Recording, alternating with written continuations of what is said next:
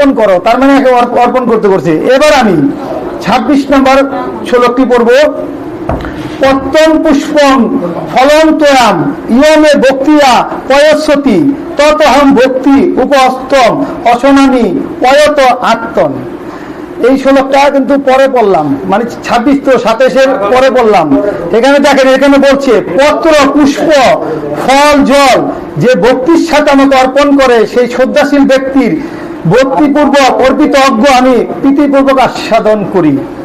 অর্থাৎ কি বলছে, যে আমাকে পত্র মানে পাতা, যেমন তুলসী পাতা, আম পাতা, বেল পাতা, যে পাতা লাগে, হ্যাঁ এর পত্র, পুষ্প মানে ফুল, ফলম মানে ফল, তোয়াম তাহলে জল, তাহলে এগুলো দিয়ে আমাকে নিবেদন করো, ভজন করো, আমার পূজা করো, তাহলে আমি সন্তুষ্টি লাভ, খুশি আছি। এবার সাধারণ একটা কথা আসে যে ঠিক আছে পত্র আমরা দিব, পুষ্প দিব, জলও দিব, তো ভগবানের ফলটা কি প্রয়োজন? ফলটা ভগবান যেন গীতা লেখলো এবং চাইলো, আসেনি, কথা আসে, কথা বললে কিন্তু কথা পাওয়া যায়।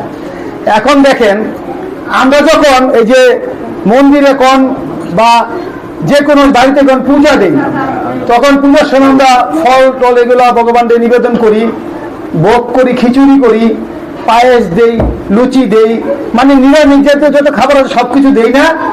এটা কিন্তু আমাদের ভিতরে অনেক প্রশ্ন আছে, অনেকে প্রশ্ন করেন না যে ভগবান তো গিলা খায় না, গিলা ভগবানদের সামনে দেই কেন, আসেনি প্রশ্নটা। এটা শুধু আমাদের ধর্মে না, আমাদের পার্শ্ববর্তী যে ধর্মগুলো আছে তারাও কিন্তু আমাদের এই প্রশ্নটা করে যে আচ্ছা আপনারা যে ফল টল এগুলা লাড্ডু মিষ্টি মিঠাই যে দেন, ভগবান তো খায় না, তাহলে কেন দেন? এই প্রশ্ন কিন্তু আমরা 95% লোক উত্তর দিতে পারি না। অনেকে জিজ্ঞাসা করে, কিন্তু বিশেষ করে আমাদের মুসলিম ভাইরা এরা বেশি জিজ্ঞাসা করে, কিন্তু আমাদের সনাতনীরা কিন্তু উত্তরটা দিতে পারে না। এইটা আজকে আপনাদের সামনে একটু ব্যাখ্যা করার চেষ্টা করবো আমি আমার জ্ঞানে। দেখেন, এই ব্যাখ্যাটা দিতে গেলে আমার প্রথমে বলতে হয় যে আমাদের বাড়িতে, আপনাদের আমাদের বাড়িতে যদি কোনো আত্মীয় স্বজন, পাড়া প্রতিবেশী, বন্ধু বান্ধব যদি কেউ যায়, তাহলে আমরা তাকে কি বলি? অতিথি। অতিথি বলি না?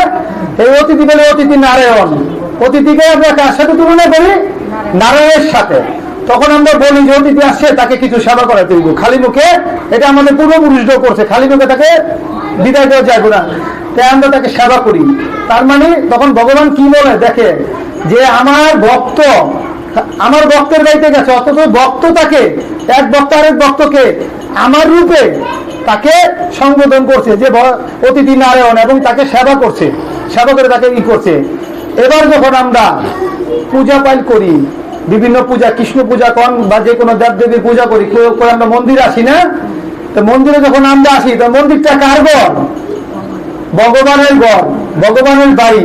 তো ভগবানের বাড়িতে আমরা অতিথি আসি না? আমরা কি করে মন্দিরে রাত্রে যাপন করি, থাকি না? যতক্ষণ আমাদের পূজা অর্চনা ততক্ষণই কিন্তু আমরা মন্দিরে থাকি। তাহলে এখন ভগবানের বাড়িতে আমরা অতিথি, যেমন আজকে এখানে আমরা অতিথি না, আমরা অতিথি। এবার ভগবান যদি মনে করে আমার বাড়িতে ভক্ত আসছে, তাহলে আমি কিছু অদৃশ্যভাবে খাবার টাবার অতিথিকে দিয়ে দিই, পারে না ভগবান? যদি আমাদের কোনো খাবার টাবার দিয়ে দেয়, কোনো মানুষের কাম কাজ করবো না, শুধু মন্দিরে বসে থাকবো, কেউ বাড়িতে যাবো না, কবে এখানে খামো এখানে ঘুমাবো, ওই বলি। এই জন্য ভগবানের তার আধ্যাত্মিক ক্ষমতা থাকতো, সেটা সে দেখায় না। সে কি করে, এই জিনিসটা কিভাবে ঘুরায় ভগবান তার ভক্তদের মন রক্ষা করে, এটি আমি আপনাদের বলছি।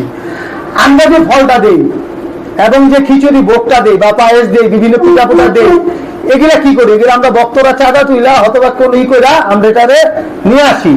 এটা যখন নাকি ভগবানের চরণে নিবেদন না করি, তখন এটাকে আমরা কি বলি? খাদ্য বা খাবার বলি। খাদ্য বা খাবার বলি না? বলি না? এবং এটা হয়তো বা কোনো মন্দির কমিটি দেয় বা কোনো লোক একক দেয় বা আমরা ভক্তবিন্দু মিলা দেই, তখন আমরা তুই করি।